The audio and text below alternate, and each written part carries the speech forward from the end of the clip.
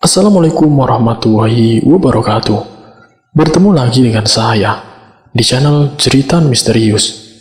Pada kesempatan kali ini, saya akan membawakan kisah misteri yang berjudul Haji Pesugihan. Seperti apa kisahnya? Namun sebelum kita masuk ke dalam ceritanya, nama dan tempatnya disamarkan semua, dan tak perlu kita berlama-lama lagi. Langsung saja, mari kita simak ceritanya.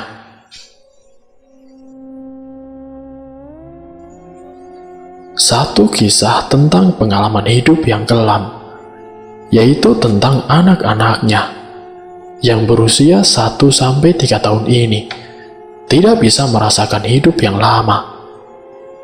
Segala kemewahan yang dimilikinya, namun semua membuat anak-anaknya mengalami musibah. Awal ceritanya, sebut saja namanya adalah Alfa. Dia ini adalah anak yatim piatu. Saat usianya sudah matang, dia diminta untuk menjadi menantu seorang haji. Sebut saja namanya Pak Dola. Pak Dola menginginkan Alfa menikah dengan anak semata wayangnya, yaitu bernama Ari. Ari yang dinikahkan dengan Alfa dengan maksud tujuan Pak Dola yang sebagai seorang haji. Dia ingin mengangkat derajat seseorang anak yatim piatu, yaitu si Alfa. Pernikahan pun diselenggarakan secara meriah, dengan pesta begitu luar biasa, yang membuat teman-temannya dan juga keluarganya berdatangan, ikut mendoakan kedua mempelai. Singkat cerita, usia pernikahan yang sudah menginjak 1 tahun, Alfa ini dikaruniai satu orang anak yang sudah diidam-idamkan oleh Ari dan Alfa.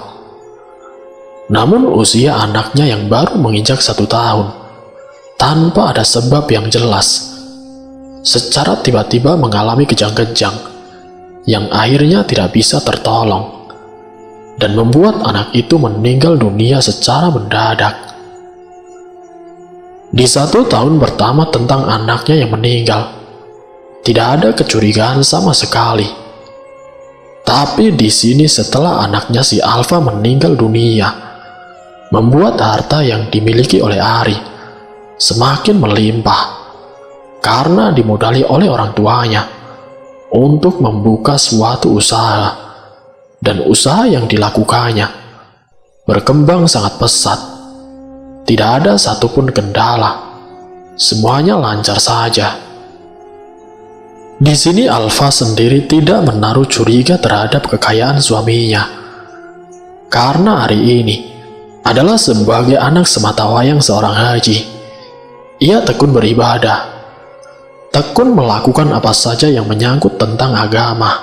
Alfa sama sekali tidak menaruh curiga dengan kematian anaknya. Di tahun berikutnya, setelah anak yang pertama meninggal dunia, Alfa mengandung kembali dan lalu melahirkan, sampai anak yang kedua ini berusia 2 tahun. Namun lagi-lagi tidak disangka, anak itu mengalami hal yang sama, yaitu meninggal dunia. Kejadian meninggalnya anak itu, dia diajak oleh Ari ke toko material. Nah, di toko material itu, para karyawan sedang menyiapkan satu pesanan, yaitu balok kayu. Balok kayu yang terletak di atas, dan Ari membantu karyawan mengangkat balok tersebut. Tapi naasnya, balok kayu itu meleset dan menimpa kepala anaknya si Ari. Kepala anak Ari mengeluarkan banyak darah. Ia digendong dibawa ke rumah sakit dan dirawat sampai seminggu lamanya. Dan setelah 1 minggu, anak yang kedua ini meninggal dunia. Lagi-lagi semenjak kematian anak yang kedua, usahanya Ari semakin luar biasa, sampai bisa membuka cabang. Rumah besar mampu dibuatnya. Sedangkan Alfa sebagai seorang ibu yang kehilangan anaknya, ia sangat terpukul. Walaupun dengan segala kemewahan yang dia punya, harta yang melimpah, segala apapun yang diinginkan oleh Alfa, semuanya tercukupi, tapi tidak membuatnya senang secara batin. Setiap tahun, setiap kematian anaknya, usahanya Ari benar-benar semakin luar biasa, dan orang-orang sekitar yang mengetahui meninggalnya anaknya Ari, tidak ada satupun yang mencurigai kalau kedua anaknya ini dijadikan tumbal pesugihan. Sama sekali tidak ada pikiran ke arah sana, karena keluarga Ari sendiri dari kalangan orang yang taat beribadah. Orang tuanya seorang haji. Tidak ada sedikit pun tetangga yang berpikiran kalau kedua anaknya Ari, yaitu dijadikan tumbal pesugihan. Singkat cerita, Alfa pun mengandung anak yang ketiga. Rasa bahagia itu telah muncul. Sebagai seorang bapak, tentunya Ari juga sangat senang dengan anak yang dilahirkan oleh Alfa. 1 bulan, 2 bulan, sampai 5 bulan. Keadaan masih baik-baik saja. Bahkan anaknya si Alfa ada babysitternya. Tapi Alfa sebagai seorang ibu, tetap saja dia ingin merawat anaknya sendiri. Apalagi itu anak yang ketiga, anak yang ditunggu-tunggu. Karena kematian anak yang pertama dan juga anak yang kedua membuat dirinya sedikit depresi. Namun lagi-lagi kebahagiaan itu tidak bertahan dengan lama. Anak yang ketiga ini meninggal dunia. Anak yang dijaga dengan baik-baik sampai anaknya bisa berjalan, sampai anak itu bisa meraih barang-barang yang diinginkannya. Di saat kegembiraan keceriaan sedang menyelimutinya, lagi-lagi musibah datang menghantamnya. Anak yang ketiga meninggal dunia di kolam renang yang dibuat oleh orang tuanya sendiri, yang saat itu babysitternya sedang berpamitan untuk pergi pulang kampung.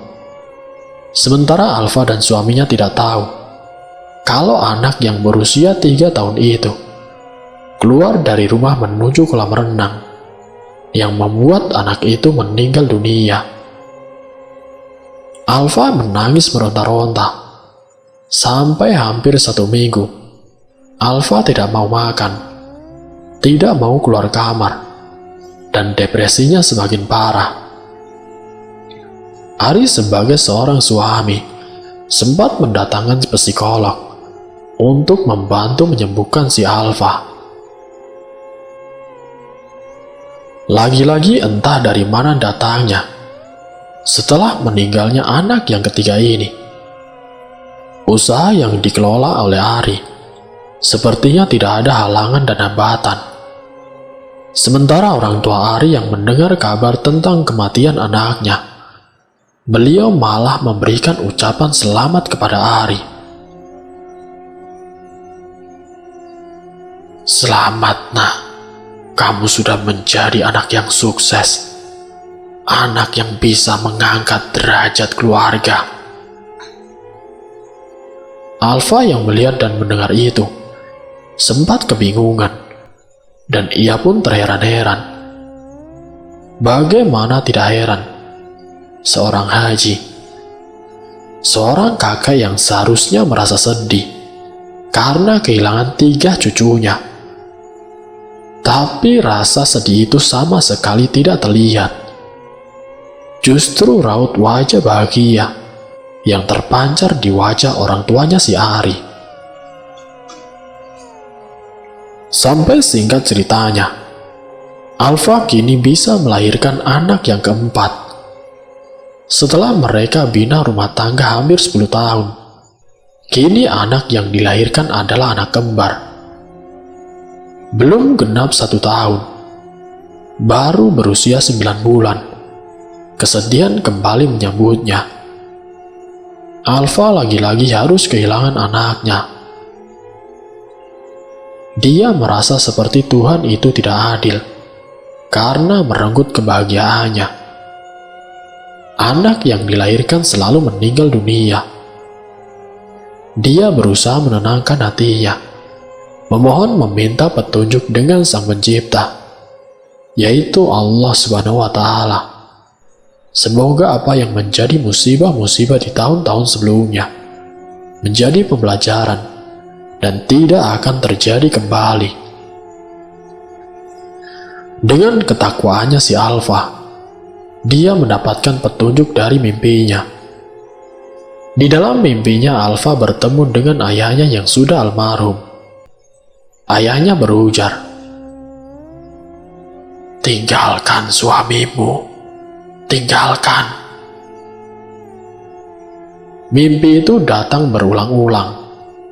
Sementara Alfa yang melihat suaminya yang taat beribadah, seorang suami yang menghormati istrinya, bagaimana mungkin Alfa bisa meninggalkan suaminya? Di dalam mimpi, petunjuk dari almarhum ayahnya selalu datang di setiap malamnya, sampai Alfa mencari tahu, dan dia meminta izin kepada Ari untuk bertaziah ke makam ayahnya.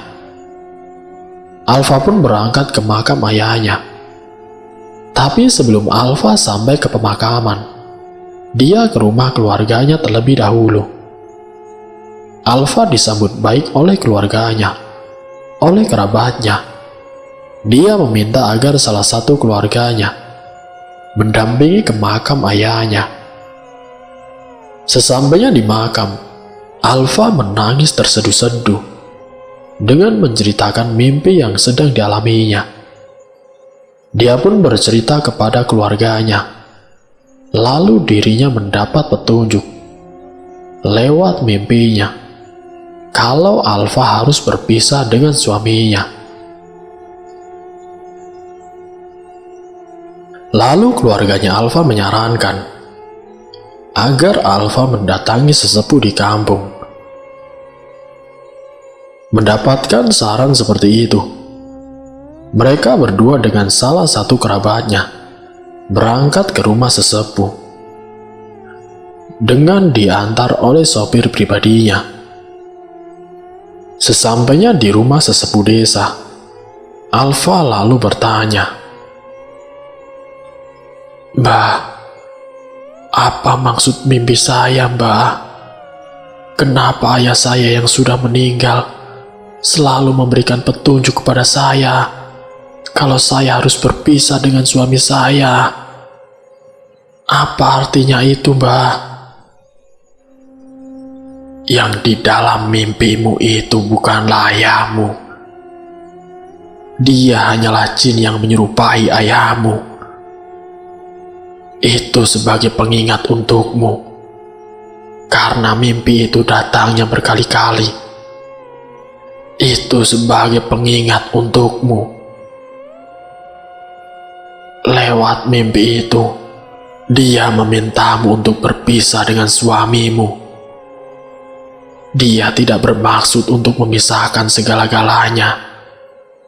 Tapi ada satu hal yang membuat orang tuamu selalu datang. Mbah melihat, benar atau tidaknya, Mbah melihat masa lalumu. Kamu sangat berduka dengan meninggalnya anak-anakmu. Kenapa bapakmu meminta kamu untuk berpisah dengan suamimu? Karena itu demi keselamatan anakmu. Kamu harus bisa menghadapi itu. Tapi Mbah menyarankan padamu, nanti setelah kamu melahirkan, kamu harus segera pisah dengan suamimu." "Mbah, saya bingung. Suami saya itu rajin beribadah. Tapi kenapa, Mbah? Kenapa anak-anak saya yang harus meninggal dunia?" "Kamu harus tahu satu hal. Di balik suamimu yang kaya raya itu, ada seseorang yang sengaja menghadirkan sosok hitam di rumahmu, dan dia akan mengambil anak-anakmu.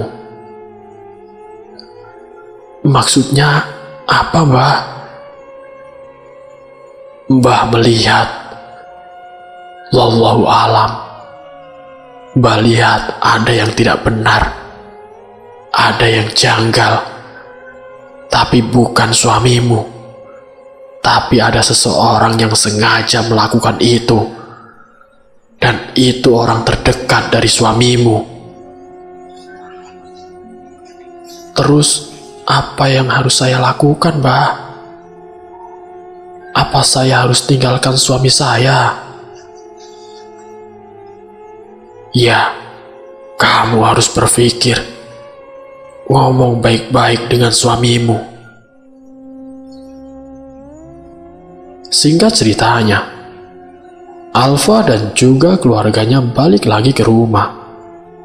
Masalah tentang Alfa, mereka sepakat untuk Alfa mencari-cari masalah agar dia bisa berpisah dengan suaminya. Bukan bermaksud untuk memisahkan dengan Ari, tapi demi keselamatan anak yang dikandung oleh Alfa.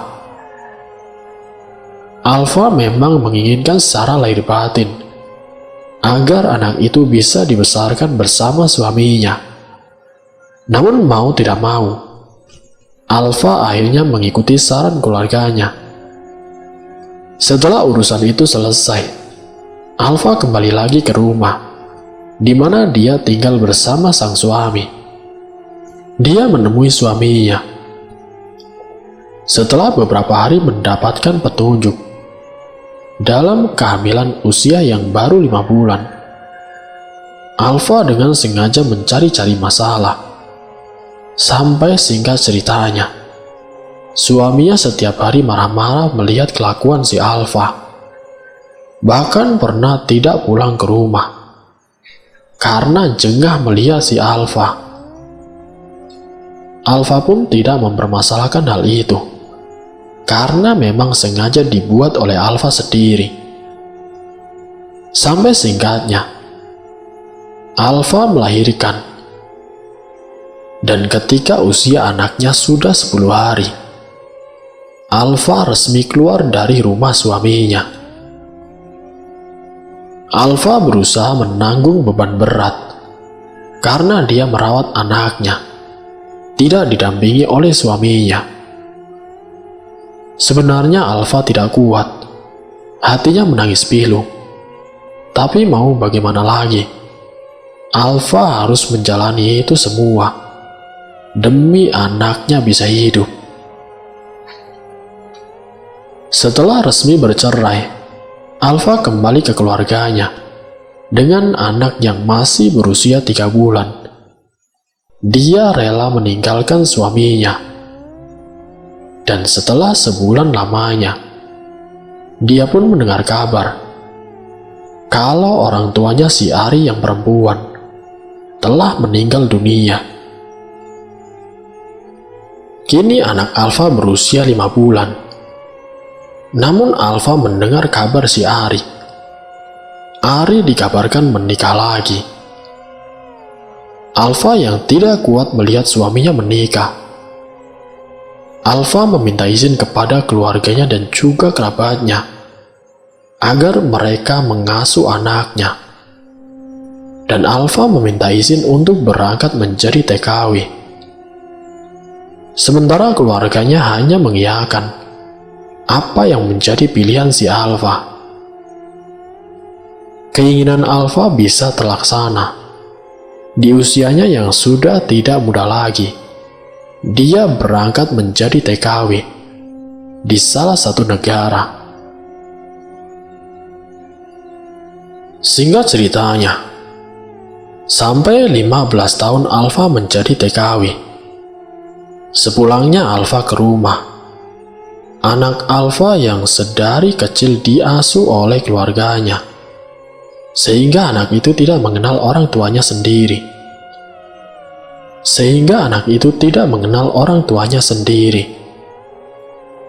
Memang di usia 1 tahun sampai 12 tahun, anaknya tidak pernah melihat sosok ibu kandungnya. Keluarganya pun mencoba menjelaskan kepada anak itu, dan mungkin anak itu butuh waktu untuk bisa menerima kedatangan ibunya. Butuh waktu yang sangat lama. Tidak cukup seminggu atau 2 minggu, karena anak itu cukup lama ditinggal oleh ibunya. Tapi karena ikatan batin antara anak dan ibu, akhirnya mereka berkomunikasi sedikit demi sedikit.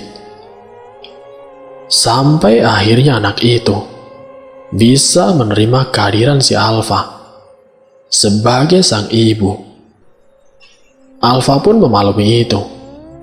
Mungkin anaknya telah marah karena sedari kecil tidak diasuh olehnya.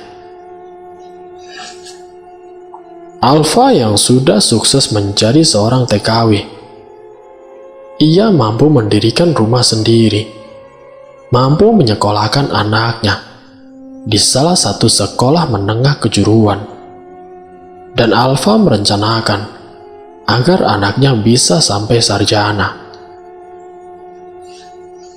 Satu waktu saat Alfa sedang di jalan, ia sedang menjemput sang anak. Tanpa sengaja Alfa bertemu dengan mantan suaminya, yaitu si Ari. Alfa menanyakan kabar tentang dirinya, yang dulu pernah dia lihat sendiri, kalau mantan suaminya sudah menikah lagi. Ditanya juga tentang kabar istri dan juga anaknya yang dilahirkan dari istri barunya.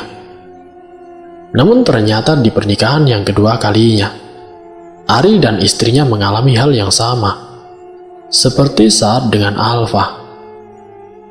Ternyata anak yang dilahirkan oleh istri barunya si Ari selalu meninggal, dan sampai sekarang pun ia tidak mempunyai keturunan. Sampai usaha Ari semakin menurun, karena ternyata dalang di balik kesuksesannya si Ari ternyata sudah meninggal. Ayah Ari telah meninggal dunia. Beliau yang dikenal sebagai orang kaya raya, namun sekarang kekayaan itu mulai menyusut, dan kehidupan Ari mulai berubah. Perlu kamu tahu, Mas Ari, aku meninggalkanmu bukan karena aku ingin pisah denganmu, tapi karena aku ingin membesarkan anakku. Itu semua ulah dari orang tuamu sendiri. Aku sudah tahu semuanya. Aku sudah tahu apa yang dilakukan orang tuamu. Ari yang mendengar itu, ia hanya bisa menangis. Dan Ari mencoba memastikan ucapan si Alfa. Ari mencoba mendatangi orang-orang pintar, dari praktisi sampai Pak Kiai. Semua menjawab hal yang sama, kalau dibalik gagalnya Ari yang tidak mempunyai keturunan, dan tidak ada anak yang hidup sampai menjadi dewasa. Ternyata semua itu karena dalang pesugihan, yaitu dari orang tuanya Ari sendiri. Dan benar, semenjak kematian orang tuanya Ari, usahanya mulai menurun, dan akhirnya Ari menjadi orang biasa, bahkan lebih rendah dari Alfa. Semua itu karena diawali dengan pesugihan. Sementara pesugihan itu tidak ada yang melanjutkan. Dengan begitu harta warisan akan habis dengan sendirinya, karena iblis tidak akan melepaskan harta yang sudah diberikan. Iblis akan menariknya kembali. Begitulah kisah yang dialami oleh Ari dan Alfa. Semoga bisa menjadikan pembelajaran untuk kita. Wassalamualaikum warahmatullahi wabarakatuh.